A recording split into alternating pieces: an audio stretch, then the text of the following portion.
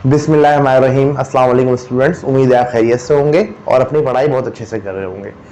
Last class में आपको याद होगा हमने डेरिवेशंस की थी एक्सेलरेशन और टेंशन इन द स्ट्रिंग के लिए, ठीक है, पुलिस के सिस्टम के लिए। ठीक है, उसमें दो केसेस हमारे पास मौजूद थे। एक केस में तो क्या था कि दो बॉडीज वर्टिकली हैंग कर रही थी, उनकी एक्सेलरेशन और टेंशन के लिए एक्सप्रेशन हमने ड्राइव की थी। ठीक है, और दूसरा केस ये था कि हमारे पास एक बॉडी जो है वो वर्टिकली हैंग कर रही थी, जबकि दूसरी बॉडी जो है वो फ्रिक्शनलेस हॉरिजॉन्टल प्लेन पे थी। ठीक है, तो उस सिस्टम के लिए हमने भी एक्सेलरेशन और टेंशन की एक्सप्रेशन ड्राइव की थी, जो कि मैं यहाँ पर अगर लिख दूँ तो कुछ इस तरीके से है कि अगर दो बॉडीज वर्टिकली हैंग कर रही हो तो उसकी एक्सेलरेशन इस तरीके से होती है और टेंशन इस तरीके से होती है। इस तरीके से हमने जब ड्राइव किया था तो ये एक्सप्रेशन हमारे पास आई थी। इसी तरीके से जब हमने बात की थी उस सिस्टम की जिसमें बॉडीज को स्ट्रिंग से कनेक्ट किया गया था, फ्रिक्शनलेस पुली पे से पास किया था और एक बॉडी हॉरिजॉन्टल प्लेन पे थी और एक बॉडी वर्टिकली हैंग कर रही थी, तो उस केस के लिए हमारे पास एक्सेलरेशन और टेंशन की एक्सप्रेशन आई थी।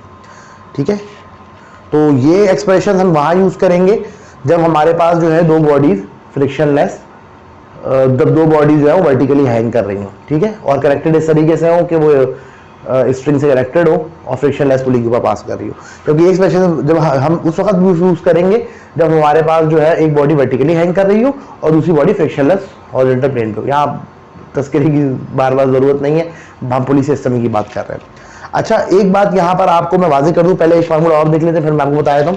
एक फार्मूला और है, वो रिएक्शन का फार्मूला है। ठीक है, अब इसमें है क्या, बेसिकली ये तो एक नॉर्मल सी बात है कि अगर हमारे पास एक बॉडी है उसको हमने एक प्लेन के ऊपर रखा हुआ है तो उसका वेट उसको डाउनवर्ड ले जाने की कोशिश करेगा। ठीक है, जबकि प्लेन क्या करेगा, उसको नीचे जाने नहीं देगा, बल्कि उतनी ही फोर्स उसके ऊपर लगाएगा और उसको नीचे जाने से रोक लेगा। ठीक है, ये बिल्कुल इसी तरीके की बात है। मिसाल के तौर पे मेरे हाथ पे ये माउस रखा हुआ है, अब माउस का वेट है जिसकी वजह से नीचे जाने की कोशिश कर रहा है, लेकिन ये नीचे नहीं जा रहा है क्योंकि मेरे हाथ ने उतनी ही फोर्स इसके ऊपर लगाई थी, वेट के बराबर फोर्स लगाई थी उसको रोकने के लिए। तो वेट नीचे डाउनवर्ड की तरफ है, मेरे हाथ ऊपर की तरफ उतनी फोर्स लगा रहा है, तो ये यहाँ पर स्टेशनरी हालत में मौजूद है। इसी तरीके से ये बॉडी है, ये बॉडी जो है वो नीचे जाना चाह रही है, इसका वेट जो है W के बराबर है, mg के बराबर है। ठीक है, तो ये इस फोर्स से, वेट की फोर्स नीचे जाना चाह रही है, जबकि प्लेन ने इसको रोका हुआ है। तो ये किस फोर्स से रोका हुआ है, इसको उसी बराबर फोर्स से, इक्वल अपोजिट फोर्स से रोका हुआ है। तो ये बिल्कुल वैसे ही है जैसे कि हमने थर्ड लॉ में पढ़ा था कि रिएक्शन का रिएक्शन होता है। तो ये बॉडी चूंकि वेट एक्सर्ट कर रही है, इस प्लेन की वेट के बराबर फोर्स एक्सर्ट कर रही है, तो एज अ रिएक्शन ये जो प्लेन है वो उतनी ही फोर्स इसकी अपोजिट एक्सर्ट कर रहा है। तो हमारे पास हॉरिजॉन्टल केस था कि ये बिल्कुल था, आगे इसके जो है ना एक स्ट्रिंग से कनेक्टेड था, एक पुली लगी हुई थी यहाँ पर, इसके ऊपर से पास हो रहा था और ये हमारे पास मास मौजूद था। एक मजीद ये M1 था, ये M2 था, आपको याद होगा। तो लिहाजा M2 है तो वेट M2g है और रिएक्शन जी M2g के बराबर होगा। तो ये केस हम लोगों ने डिस्कस किया था। तो यहाँ पर ये एक नॉर्मल केस है। अब चूंकि देखो ये बॉडी मूव जो है ना वो क्या नाम है, हॉरिजॉन्टल डायरेक्शन में कर रही, वर्टिकल डायरेक्शन में मूव नहीं कर रही, वर्टिकल डायरेक्शन में स्टेशनरी है, तो लिहाजा W जो है ना वो R के बराबर होगा और चूंकि W M2g के बराबर है तो इसी तरीके से R भी M2g के बराबर आ जाएगा। तो एक नॉर्मल सा फॉर्मूला है, तो रिएक्शन का एक फॉर्मूला है। ठीक है, सही है। अब हम लोगों ने यहाँ पर जो बात बहुत अहम जो देखनी है वो मैं आपको बात समझा देता हूँ। ये फॉर्मूले तो कोई ख़ास नहीं है, लेकिन इनमें एक बात है जो कि बहुत ख़ास है और समझने वाली है। देखिए मेरे स्टूडेंट्स, ये बात समझ लें कि अगर हम बात कर रहे हैं वर्टिकल केस की तो वहाँ पर ये दो फॉर्मूले यूज होंगे। ये तो आसान सी बात है, ये तो कोई ख़ास बात नहीं, तो समझ में आ गई आपके। अब यहाँ पर देखिए डेरिवेशन में हमने दो बॉडीज कंसिडर की थी, A एंड B, मास ले रहे हैं M1 M2। तो A एंड B के फॉर्म में जो है ना हमारे पास जो है ना वो फार्मूले नहीं है, फार्मूले M1 और M2 के फॉर्म में। तो अगर आप रिकॉल करें डेरिवेशन को तो आपको याद होगा कि हमारे पास जो मास ज़्यादा था, यानी जो मास हैवियर था उसको हमने क्या कहा था, M1 कहा था, और जो मास लाइटर था, हल्का था, उसको हमने M2 कहा था। यानी बेसिकली हमने कहा था कि if M1 is greater than M2, आपको याद होगा कि हमें सिस्टम में मूवमेंट डेवलप करनी थी, एक्सेलरेशन डेवलप करनी थी। तो हमने कहा, मैंने आपको कहा था कि अगर ये दोनों मासेस सेम हो जो कि वर्टिकली हैंग कर रहे हैं तो मूव ही नहीं करेंगे, तो एक को ज्यादा लेना पड़ेगा। तो हमने कहा था कि M1 को M2 से ग्रेटर ले लेते हैं। तो अब ये जो फॉर्मूले हमारे पास आए हैं ये तभी एप्लीकेबल है जबकि हमारे पास M1 M2 से ग्रेटर हो। यानी इन फॉर्मूले में m1 वो वाला मास है जो ज्यादा है और m2 वो मास है जो कि कम है। इसी तरीके से दूसरी बात ये है कि m1 वो मास है जो नीचे की तरफ मूव कर रहा है और m2 वो मास है जो ऊपर की तरफ मूव कर रहा है। जाहिर सी बात है जो हैवियर होगा वो नीचे मूव करेगा और जो लाइटर होगा वो ऊपर मूव करेगा। तो m1 हमेशा उसको लेंगे जो है ज्यादा होगा और m2 उसको लेंगे जो कम होगा। भले बॉडी ए का मास ज्यादा हो या बॉडी बी का मास ज्यादा हो, हमने हैवियर उसको लेना है, हमने m1 उसको लेना है जो कि हैवियर होगा। ठीक है, अगर वो कहते हैं कि बॉडी बी का मास जो है ना वो 10 kg है और बॉडी ए का जो है ना वो 5 kg है, तो हम ज्यादा और कम पे चलेंगे। 10 kg ज्यादा है तो m1 होगा और 5 kg कम है तो m2 होगा। ठीक है, इसी तरीके से आपको जो है दूसरे तरीके से भी न्यूमेरिकल में कह सकते हैं कि भाई आपके पास बजाय कि ये कहें कि मास हैवी है या आपके पास डिस्क्रिप्शन नाम मौजूद है, बोल रहे हैं मास नीचे मूव कर रहा है, तो जो मास नीचे मूव कर रहा होगा वो हमारे पास क्या होगा, m1 होगा। अब दूसरी बात ये कि ये बात तो यहाँ पर क्लियर हो गई m1 m2 के बारे में, और कोई बात नहीं है जी, तो वो 9.8 मीटर पर सेकंड स्क्वायर होगा, वो पुट कर देंगे। अब हमारे पास ये दो फॉर्मूले हैं, तो हमारे पास जो ये तो वर्टिकल के केस में ना, जब बोथ बॉडीज जो है वो वर्टिकली हैंग कर रही हूँ, ये तो उस केस के लिए मैंने आपको बता दिया। ठीक है, अब अगर हमारे पास ये केस, अब केस ये हो कि एक बॉडी वर्टिकली मौजूद है, वर्टिकली हैंग कर रही है, दूसरी बॉडी हॉरिजॉन्टल प्लेन पे मौजूद है, तो उस केस में हम क्या करेंगे कि एक हॉरिजॉन्टल है और एक वर्टिकल है। तो इस केस के लिए हमने m1 उसको लिया था जो कि वर्टिकली हैंग कर रही है, ठीक है, और m2 हमने उसको लिया था जो कि हॉरिजॉन्टल प्लेन पे मौजूद है। याद आ गया आपको? ठीक है, तो m1 उसको लेंगे जो वर्टिकली हैंग कर रही है और m2 उसको लेंगे जो कि हॉरिजॉन्टल प्लेन के ऊपर है। इसमें जो है वो आपको कोई मुगालता नहीं करना। अगर आपने यहाँ पर m1 उसको ले लिया जो हॉरिजॉन्टल प्लेन पे और m2 उसको ले लिया जो वर्टिकली हैंग कर रही है, तो आपका न्यूमेरिकल जो है ना वो गलत होने के चांसेस हैं। ठीक है, क्यों गलत होने के चांसेस है? चले देखिए, यहाँ पर तो आपको बिल्कुल डेफिनेटली एक्सेलरेशन जब यहाँ पर होगी तो यहाँ पर आप m1 की जगह m2 पुट कर देंगे तो फॉर्मूला गलत हो जाएगा, इसी तरह ये भी गलत हो जाएगा। ठीक है, और रिएक्शन तो लाजमी तौर पे गलत हो जाएगा। अब आपको रिएक्शन लेना है उस बॉडी का जो हॉरिजॉन्टल प्लेन पे है, आपने उठा के यहाँ पर m2 की जगह m1 पुट कर दिया तो क्या होगा, दूसरी बॉडी का रिएक्शन आ जाएगा जो कि एग्जिस्ट ही नहीं करता, तो ये चीज़ हमारे पास हो जाएगी। तो लिहाजा मेरे दोस्तों ये बात आपने समझ लेनी है कि अगर हमारे पास ये सिस्टम है, इसमें दो बॉडी वर्टिकली हैंग कर रही है, तो m1 उस मास को लेना है जो ज्यादा है, m1 उस मास को लेना है जो नीचे मूव कर रहा है, और m2 उस मास को लेना है जो लाइटर है, जो हल्का है और जो कि ऊपर की तरफ मूव करेगा सिस्टम में। अगर हमारे पास दो बॉडीज जो है इस तरीके से मौजूद है कि एक वर्टिकली और एक हॉरिजॉन्टली है, तो आपने m1 वो मास लेना है जो कि वर्टिकली हैंग कर रहा है और m2 वो मास लेना है जो कि हॉरिजॉन्टल प्लेन पे मौजूद है। ठीक है, तो इसमें कोई किसी किस्म की गलती नहीं करनी है, न्यूमेरिकल आसान है। ठीक है, तो आते हैं हम अपनी नेक्स्ट स्लाइड की तरफ। तो हम लोग स्टार्ट करते हैं हमारा फर्स्ट न्यूमेरिकल। तो इस न्यूमेरिकल को आप पढ़ लें, फिर मैं भी पढ़ के सुना देता हूँ।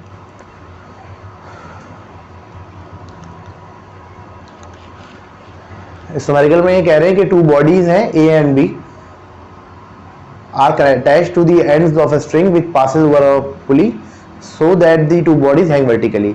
दो बॉडीज हैं ए एंड बी, उनको स्ट्रिंग से कनेक्ट किया गया है और एक पुली के ऊपर से पास कर दिया गया है कि दो ऐसे के दो बॉडीज जो है वर्टिकली हैंग कर रही हैं। तो ये वो कैसे जैसे बॉडीज वर्टिकली हैंग कर रही होती हैं। ठीक है, अब कह रहे हैं यहाँ पर इज लिखा हुआ है इफ है, if the mass of the body A is 4.8 kg, find the mass of body B which move down with an acceleration of 0.2 metre पर सेकंड स्क्वायर। अगर बॉडी ए का मास 4.8 kg है तो body B का मास निकालें जो कि नीचे मूव कर रही है 0.2 मीटर पर सेकंड स्क्वायर से। एक बात तो मैंने आपको बता दी कि हमें बॉडी ए और बॉडी बी से कोई सरोकार नहीं होता, हम बात कर रहे होते हैं m1 और m2 की टर्म में, और m1 वो मास होता है जो हैवियर होता है और जो नीचे जा रहा होता है, नीचे मूव कर रहा होता है, और m2 वो मास होता है जो लाइटर होता है और ऊपर मूव कर रहा है। इसमें इन्होंने हमें एक मास दिया हुआ है जो कि 4.8 kg है, जबकि दूसरे मास को बोल रहे हैं निकालें और उसके बारे में कह रहे हैं कि ये वो मास है that moves down with an acceleration of 0.2 metre पर सेकंड स्क्वायर। ये वो मास है जो कि नीचे जा रहा है 0.2 मीटर पर सेकंड स्क्वायर के साथ। जिस मास को हमें निकालना है वो मास नीचे जा रहा है 0.2 मीटर पर सेकंड स्क्वायर की एक्सेलरेशन के साथ। तो नीचे जाने वाला मास कौन सा होता है, m1 होता है, तो इसमें हमें m1 कैलकुलेट करना है। ठीक है, तो ये यहाँ पर 4.8 kg m2 हो गया। कैसे पता लगा कि m2? इसलिए पता लगा कि जो हमें मास निकालना है वो नीचे जा रहा है, तो जो मास हमें निकालना है वो नीचे जा रहा है, तो इसका मतलब वो मास हैवियर है, वो मास m1 है। तो m1 हमें निकालना है तो m2 हमें गिवन है। और एक्सेलरेशन दी गिवन है हमें 0.2 मीटर पर सेकंड स्क्वायर। एक्सेलरेशन दोनों मासेस की सेम है क्योंकि वो एक सेम स्ट्रिंग से कनेक्टेड है। अच्छा यहाँ पर एक बात याद रखना बच्चों कि ए एंड बी से बिल्कुल भी जो है ना वो आप कंफ्यूज नहीं होना। अब यहाँ पर अगर आप गौर करो तो ए 4.8 kg और इस मास को मैंने M2 लिया है, तो टेक्निकल रीजन तो मैंने आपको बता दी नहीं क्यों लिया है मैंने, ठीक है। तो हमें कोई M1 M2 से ए एंड बी से कोई गर्ज नहीं होती, हमें M1 M2 से गर्ज होती है। ये बात मैं क्लियर बता दूं। होता है स्टूडेंट में पेपर में देखते हैं वो ए को M1 ले लेते हैं और बी को M2 ले लेते हैं। जैसे कि मैंने मोमेंटम के न्यूमेरिकल्स कराए थे तो वहां पर क्या होता था कि हम लोग कहते थे कि M1 ले लो किसी को भी, M2 ले लो किसी को भी, लेकिन अगर आपने M1 एक बार में सेलेक्ट कर लिए, अब जो उस मास से जो एफिलिएटेड तमाम चीजें हैं वो वन ही कहलाएंगी। जैसे कि इनिशियल वेलोसिटी U1 कहलाएगी, फाइनल वेलोसिटी V1 कहलाएगी। अब M2 ले लिया है तो इनिशियल वेलोसिटी U2 कहलाएगी, फाइनल वेलोसिटी V2 कहलाएगी। वहां सिलेक्शन अपनी मर्जी से थी, किसी को भी हम M1 कहते, किसी को भी M2 कहते। जैसे बुलेट और गन का केस होता था, आप कभी बुलेट को M1 कह दिया करते थे, कभी गन को M1 कह दिया करते थे, और जब आगे बात कर रहे होते थे तो हमेशा उसी से रिलेट करके हम चल रहे होते थे। लेकिन यहाँ पर अपनी मर्जी नहीं, यहाँ पर आपने M1 और M2 स्पेसिफिक है, M1 वो है कि जो कि ज्यादा है, और अभी जब हम निकालेंगे तो देख लीजिएगा M1 ही ज्यादा आएगा। तो इसमें कोई खास चीज नहीं है, हमें M1 निकालना है। जाहिर है एक्सेलरेशन गिवन है, ठीक है, और M2 गिवन है। M1 किस फॉर्मूले से निकलेगा? एक्सेलरेशन के फॉर्मूले से निकलेगा, ये आप याद कर लें। यहाँ पर सॉल्यूशन में गए, एक्सेलरेशन का फॉर्मूला लिखा, यहाँ पर एक्सेलरेशन पुट कर लें, G 9.8 पुट कर लें, M2 गिवन है 4.8 kg वो पुट कर लें, ठीक है। इसको सॉल्व, इसको आपने पुट कर लिया। अब ये सॉल्व तो हो नहीं सकता, आप यहाँ पर ब्रैकेट्स को मल्टीप्लाई कर दें, वो जो M1 प्लस 4.8 डिनोमिनेटर में वो इधर 0.2 के पास जो है ना क्रॉस मल्टीप्लाई करवा दें, बाकी जो है उसको आप ओपन कर लेंगे, ठीक है। ये आ गया। M1 वालों को एक तरफ कर लेंगे क्योंकि आपको M1 निकालना है। जिस चीज़ को आपने निकालना होता है आवाज़ लगाता है मुझे तनहा छोड़ दो। तो अब ये 9.8 M1 लिखा था और ये 0.2 9.8 ज़्यादा है, तो हम क्या करते हैं, ये वाले इसको उधर ले जाते हैं, बजाय इसको इधर लाने के इसको उधर ले जाते हैं, ताकि एक बड़े में से छोटा माइनस हो जाए। आप उल्टा भी कर ले, माइनस आएगा बाद में कैंसिल आएगा, कोई मसला नहीं है। तो ये आप सॉल्व कर लें इसको, ठीक है। तो ये बहुत मासूम सा और प्यारा सा न्यूमेरिकल था जो कि हमने कर लिया। M5 kg आया, तो देखिए वो 4.8 kg 5 kg ज़्यादा है ना 4.8 से। तो जैसे कि यहाँ पर M1 बड़ा होता है M2 से, तो देख लें 5 बड़ा है 4.8 से। अब आगे दूसरा न्यूमेरिकल है, वो भी ऐसे ही आसान है, तो दुआ करें पेपर में आ जाए, आसान है, मुफ्त के नंबर मिल जाएंगे। Two bodies A and B are attached to the end of a string which passes over a frictionless pulley.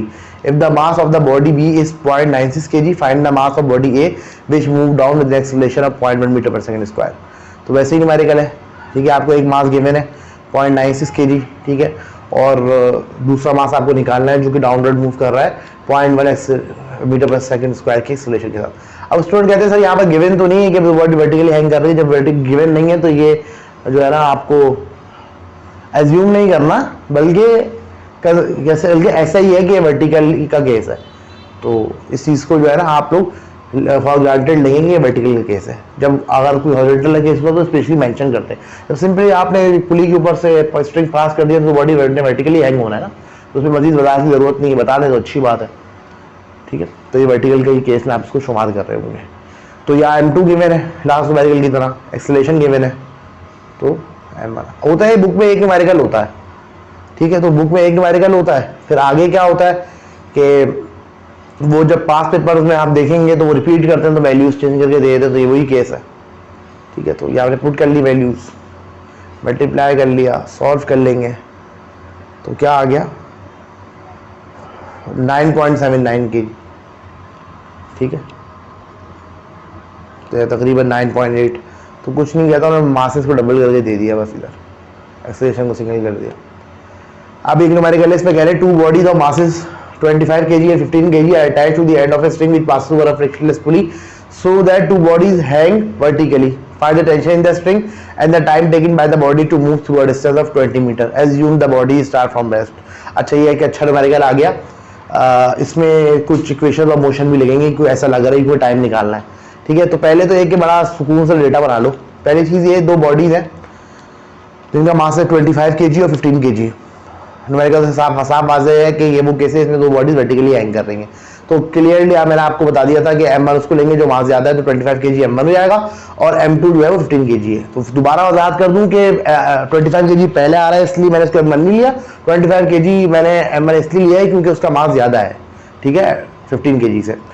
अब ये कह रहे हैं टेंशन इन द स्ट्रिंग आप निकालें, ठीक है, टेंशन इन द स्ट्रिंग निकाल देंगे। और उन्होंने क्या कहा है और क्या निकाले, और वो टाइम निकालें जो कि बॉडी को लगेगा 20 मीटर तय करने में। अब बॉडी एक साथ कनेक्ट है, दोनों ने एक जैसा फासला तय करना है, तो कह रहे हैं कि आप टेंशन टेस्टिंग निकालें, वो तो सही है, टेंशन टेस्टिंग तो निकाल देगा, फार्मूला मौजूद है ML/M2 की फॉर्म में, वो निकल जाएगा। दूसरी चीज क्या चीज कह रहे हैं कि टाइम निकाले बॉडीज को जो कि 20 मीटर ट्रैवल करने के लिए चाहिए होगा, ठीक है। तो हमें डिस्टेंस दिया हुआ है 20 मीटर जो कि बॉडी ने ट्रैवल किया, वो हमें दिया जा रहा है। और आगे क्या कह रहे हैं, assume the body start from rest, यानी टाइम निकालना है हमने, सही है। और हमें डिस्टेंस दिया जा रहा है कि 20 मीटर फासला तय कर रही है बॉडी, और इस दौरान जो टाइम है वहाँ पे निकालना है, जबकि आपको और एक मजीद इंफॉर्मेशन ये दी जा रही है कि एज्यूम बॉडी रेस्ट से स्टार्ट होगी, तो VI 0 है। तो यहाँ पर फिक्र की कोई बात नहीं है। तो पहले वैसे जैसे मेरा पहले का पढ़ाने का अंदाज है, मैं जो है ना, अच्छा टेंशन तो आप निकाल लेंगे ना, टेंशन निकालना है और टाइम निकालना है, ठीक है। तो अब हम आ जाते हैं फार्मूले पे। तो पहले तो हम एक काम कर लेते हैं, टेंशन का फार्मूला लिख लेते हैं, यहाँ पर ML/M2 पुट करें, आपके पास टेंशन निकल आएगी। अब बात है हमारी टाइम की, तो मैं आपको इक्वेशन ऑफ मोशन की वेरिएबल्स आपके सामने लिखता हूँ, VF, VI, A, T और S, 5 वेरिएबल्स है ना। और इसमें मैंने आपको बताया था कि आपको 3 पता होनी चाहिए लाजमी तौर पे, यहाँ पर 2 पता है तो तीसरा नहीं पता। जब मैं आपको वाज़े तौर पे न्यूमेरिकल हमने पहले भी बहुत सारे किए हैं, तो आपको वाज़े हो गया कि अगर 3 चीज़ें नहीं पता हो तो हमारे पास जो है ना कोई फ़ायदा नहीं होता, हमें जो है ना वो इक्वेशन ऑफ मोशन से वैल्यूज नहीं मिलती, बल्कि इक्वेशन मिल जाती है, हम सॉल्व नहीं कर पाते। तो अगर हमें जो है ना इक्वेशन ऑफ मोशन का सहारा लेना है तो 3 वेरिएबल हमें पता होने चाहिए। तो यहाँ 2 मौजूद है, थोड़ा सा नज़र दौड़ाओ तो क्या तीसरा वैल्यू हमें निकल सकती है। तो देखो यार, ये जो न्यूमेरिकल है हमारे पास पुली वाले, इसमें हमने एक्सप्रेशन ड्राइव की थी एक्सेलरेशन और टेंशन के लिए, वेरी गुड। यहाँ पर एक्सेलरेशन इन फॉर्मूले से निकल सकती है, तो अगर एक्सेलरेशन निकल जाए तो डिस्टेंस और डिस्प्लेसमेंट और इनिशियल वेलोसिटी तो मेरे पास मौजूद है ही, तो मेरे पास जो है एक्सेलरेशन भी आ जाएगी, फिर हम आराम से सॉल्व कर लेंगे। तो हम इस केस के वर्टिकल केस के फॉर्मूले से हम एक्सेलरेशन निकाल लेंगे। बाकी तो फिर आपके पास जो है ना S मौजूद है, VI मौजूद है और A मौजूद है, तो फिर आप टाइम तो आराम से निकाल ही लेंगे। तो वैसे जो इक्वेशन लगेगी वो सेकेंड इक्वेशन ऑफ मोशन है, ठीक है। इसमें आप जो है ना VI पुट कर लेंगे, ठीक है, और S पुट कर लेंगे और A पुट कर लेंगे, बच जाएगा T जो कि निकल आएगा, ठीक है। तो इसके न्यूमेरिकल्स तो मैंने पहले भी कराए हैं इस तरह के, तो इसमें मैं भी ज़्यादा वजाहत नहीं कर रहा। अगर किसी को इक्वेशन ऑफ मोशन के न्यूमेरिकल समझने हो तो बड़ी डिटेल एक सीरीज थी न्यूमेरिकल्स की जो मैंने कराई थी, वो जाके देख ले तो आराम से समझ में आ जाएगा। वहाँ पर बड़ा डिटेल में एक ही चीज़ को मैंने खोल के बता दिया, समझाया, ठीक है। तो ये टेंशन आप पहले कैलकुलेट कर लें, ये तो वर्टिकली केस का फार्मूला मौजूद है, इससे हो जाएगी। फिर एक्सेलरेशन कैलकुलेट कर लें, एक्सेलरेशन पूछी भी नहीं है लेकिन मुझे काम आएगी, इससे मैंने निकाली है, क्योंकि आगे मुझे टाइम निकालना है, वहाँ ये मुझे सहारा देगी। तो एक्सेलरेशन निकल गई और टाइम इस इक्वेशन से निकल जाएगा। यहाँ वैल्यूज पुट कर लें, सॉल्व कर लें इसको, ठीक है। चले मैं इस इक्वेशन बता ही देता हूँ कैसे सॉल्व किया। आपने S20 पुट कर लिया, VI 0 थी, T को T छोड़ दिया, हाफ लिख लिया, एक्सेलरेशन पुट कर दी जो कि हमने निकाली है, और टाइम हमने लिख लिया। अच्छा, यहाँ पर ये तो 0 से मल्टीप्लाई 0 हो जाएगा, 20 ऐसे ही आ जाएगा, हाफ 2.45 से मल्टीप्लाई करेंगे तो 1.225 आ जाएगा, ठीक है। ये 0 को आप निगलेक्ट कर दें, कुछ भी नहीं है। तो मतलब जैसे में 0 ऐड होगा तो कुछ हासिल नहीं होगा, 0 किसी भी चीज़ ऐड करें तो वो चीज़ वही रहती है, तो वही चीज़ यहाँ कॉपी हो गई, ठीक है। तो इसके बाद इसको यहाँ पर डिवाइड करवा दिया, ठीक है, सॉल्व कर लिया, T² आ गया, अंडर रूट ले लिया, तो अंडर रूट से स्क्वायर कैंसिल हो जाएगा, इसका अंडर रूट निकालेंगे तो 4.04 आएगा, टाइम 4.04 आ गया, इसको पलट के लिख देंगे तो टाइम 4.04 सेकेंड आएगा। यानी सिस्टम में 20 मीटर का फासला तय करने के लिए बॉडीज़ को कितना टाइम दरकार होगा, 4.04 सेकेंड दरकार होगा। बस इसमें खास बात ये थी कि आपने एक्सेलरेशन के फॉर्मूले से एक्सेलरेशन निकालनी थी, फिर इक्वेशन ऑफ मोशन यूज करते हुए टाइम निकालना था, ठीक है, क्लियर हो गया। अब एक न्यूमेरिकल और है, फिर उसके बाद एक छोटी सी जो है ना डेरिवेशन टाइप है, वो मैं वो कराऊंगा। नहीं मतलब छोटी सी है, बहुत बड़ी नहीं है, 3, 4, 5 लाइनों की है। 2 बॉडीज हैं जिनका मास है 10.2 kg and 4.5 kg are attached to the end of string which passes over a pulley in such a way that the body of mass 10.2 kg lies on a smooth horizontal plane and the other body hang vertically. तो आज वो case आ गया, अभी वो case आ गया जिसमें एक body vertically hang करती है, दूसरी बॉडी जो है ना वो हॉरिजॉन्टली प्लेन पे मौजूद होती है। तो दो बॉडीज है, 10.2 kg मास है और 4.5 kg मास है। सवाल ये है कि M1 किसको लेंगे, M2 किसको लेंगे। भाई M1 उसको लेंगे जो वर्टिकली हैंग कर रहा है, M2 उसको लेंगे जो कि हॉरिजॉन्टल प्लेन में मौजूद है।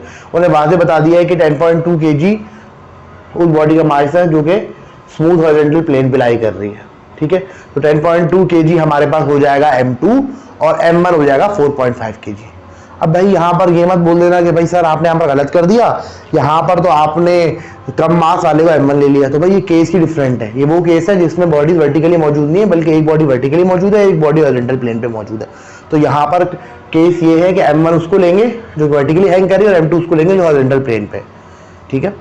अब इसके बाद क्या कह रहे हैं, find the acceleration of the bodies, the tension in the string and also the force with which the surface exert on the body of mass 10.2 kg।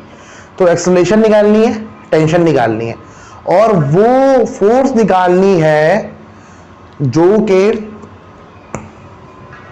Surface exert करेगी उस बॉडी पे 10.2 kg के मास वाली बॉडी पे। वो body horizontal plane में मौजूद है, यानी ये अगर हॉरिजॉन्टल प्लेन है, ठीक है, तो ये जो रिएक्शन की फोर्स होगी जो कि ये सरफेस जो है वो इस बॉडी पे लगा रही है वो निकालनी है। और आपको पता है वेट के बराबर होगी। हमेशा बच्चों को वेट के बराबर नहीं होती, ये याद रखना ना। मैट्रिक के लेवल पे हमेशा हम कहते थे कि वेट के बराबर होता है, रिएक्शन हमेशा नहीं होता। इस केस में ऐसे ही आगे आप देखेंगे तो कहीं कहीं वेट जो है रिएक्शन के बराबर नहीं आ रहा होगा। तो इन्होंने कहा है कि आपने वो फोर्स कैलकुलेट करनी है जो कि सरफेस एक्सर्ट करेगी उस बॉडी में, इसका मास 10.2 kg है। तो बेसिकली यहाँ पर आपने रिएक्शन निकालना है, ठीक है। और आपको रिएक्शन पता था, मैंने पढ़ाया था, रिएक्शन M2G के बराबर होता है, ठीक है। तो बड़ी वजाहत भी न्यूमेरिकल्स में ही कर चुका हूँ, तो मजीद इसको मैं खोल के बयान नहीं कर रहा। तो एक्सेलरेशन हो गया, टेंशन हो गया, ठीक है। ये देखें फार्मूले चेंज है, जाहिर बात है केस चेंज है तो फार्मूले भी चेंज है। तो यहाँ से एक्सेलरेशन निकाल लें, एक्सेलरेशन आ जाएगी, टेंशन निकाल लें, टेंशन आ जाएगी, R निकालना R आ जाएगा, ठीक है। अगर ये भाई का समझ में आ रहे हो ठीक है, नहीं समझ में आ रहे तो थोड़ी सी प्रैक्टिस करें, आपको आसान लगेंगे। कुछ खास बात नहीं है इनके अंदर, बस कुछ बुनियादी बातें जो समझानी थी मैं आपको समझा दी। इस तरह न्यूमेरिकल खत्म हुए। एक छोटा सा एक केस और है आगे। अच्छा, यहाँ पर है ये कि two bodies of unequal masses M and M, दो बॉडीज हैं जिनकी अनइक्वल मासेस हैं। अनइक्वल मासेस क्या मतलब क्या होता है? अनइक्वल मासेस का मतलब ये होता है कि दो बॉडीज के जब मास सेम नहीं हो तो वो अनइक्वल होंगे ना। तो इस जो क्वेश्चन में जो चीज बयान की जा रही है वही बयान की जा रही है, दो बॉडीज हैं उनका मास सेम नहीं है, अनइक्वल मास है, ठीक है। और वो है कैपिटल M और स्मॉल m, ठीक है। Connected to the end of a string, उनको एंड ऑफ स्ट्रिंग से कनेक्ट कर दिया विद पासिव वाला फ्रिक्शनलेस पुली, और उस पर फ्रिक्शनलेस पुली से पास कर दिया। मूव वर्टिकली, जो कि वर्टिकल मूव कर रहा है। तो मैं इसको आसान लफ्जों में कहूँ तो ये कि दो बॉडीज हैं जिनके मासेस कैपिटल M और स्मॉल m है, ठीक है। उसको हमने कनेक्ट किया फ्रिक्शन उससे स्ट्रिंग से और फ्रिक्शनलेस पुली की वजह से पास कर दिया, इस तरह की वर्टिकली मूव कर रही है। कह रहे drive an expression to show that acceleration in the body is half of acceleration due to gravity if capital M is equals to 3 times the small m। हमें जो है वो एक्सप्रेशन डिराइव करनी है एक्सेलरेशन के लिए, इस मतलब हमें ड्राइव करनी है एक्सप्रेशन जो कि शो करे कि एक्सेलरेशन जो है ना भाई हमारे पास वो बराबर है half the acceleration due to gravity, ठीक है। अगर कैपिटल M जो है वो स्मॉल m के बराबर हो। सबसे पहली बात तो मैं आपको यहाँ वाज़ेह करूँ इसको कराने से पहले कि देखिए यहाँ पर एक कैपिटल M दिया हुआ है, एक स्मॉल m दिया हुआ है। अब इसमें बड़ा क्या है, कौन सा और छोटा कौन सा है, इसका अंदाजा बखूबी वैसे ही हो जा रहा है। क्यों कह रहे हैं कि कैपिटल M जो है ना वो छोटा m के मुकाबले 3 गुना है। भाई मैं कह रहा हूँ कि भाई एक बंदा है, उसका जो मास है दूसरे मुकाबले में 3 गुना है, ठीक है। एक समझ लो मिसाल बच्चा उसका 20 किलो वजन है और हम कहते हैं एक शख्स है इसका मुकाबले है वजन 3 गुना है तो 60 किलो होगा ना, जिसका 3 गुना है उसका ज्यादा होगा। तो वाज़ेह हो गया कैपिटल M जो है वो मास ज्यादा है, स्मॉल m जो है वो मास कम है, ठीक है। तो कैपिटल M, ठीक है, बड़ा मास हो गया और स्मॉल m छोटा मास हो गया। यानी जो हमारा पहले M1 था वो कैपिटल M हो गया और जो M2 था वो छोटा m हो गया। अब हमें क्या करना है, हमें ये प्रूव करना है कि हमारे पास जो एक्सेलरेशन अगर हम निकालेंगे ना, एक्सेलरेशन अगर हम निकालेंगे और उसके अंदर हम पुट कर दें कि कैपिटल M जो है वो स्मॉल 3m के बराबर है तो एक्सेलरेशन वापस हाफ g के बराबर आ जाएगी। यानी हमने प्रूव ये करना है कि अगर सिस्टम इस तरीके से है कि एक कैपिटल M बॉडी का मास है, सॉरी एक बॉडी का मास कैपिटल एम है और एक छोटी बॉडी का मास जो स्मॉल एम है, और जो कैपिटल एम है वो 3 गुना है छोटी जो बॉडी है उसके मास के मुकाबले में। अगर बड़ी बॉडी का मास 3 गुना है तो उस केस में एक्सेलरेशन हाफ जी के बराबर होगी। तो हमें प्रूफ करना है, तो हमें कोई टेंशन लेने की जरूरत नहीं है। सबसे पहली बात ही एक्सेलरेशन की कर रहे हैं ना, ठीक है। एक्सेलरेशन की आप एक्सप्रेशन लिख दें, तो ये मैंने एक्सेलरेशन की एक्सप्रेशन लिख दी। अब यहाँ पर मैंने कुछ नहीं किया, हमने जो m1 था उसकी जगह कैपिटल M लिख दिया, जो स्मॉल m है हमने उस जगह पे लिख दिया जिस जगह पे m2 था, ठीक है। अब ये हमें खुद बता रहे हैं कि कैपिटल M जो है वो 3 गुना है स्मॉल m के मुकाबले में, तो यहाँ पर हमने पुट कर लिया। 3m माइनस m क्या हो जाएगा, 2m हो जाएगा, और 3m प्लस m 4m हो जाएगा, ठीक है। 2 1 जा 2 2 जा, तो ये हाफ हो गया, और m से m क्या हो गया, कैंसिल हो गया, हाफ जी आ गया, तो प्रूफ हो गया।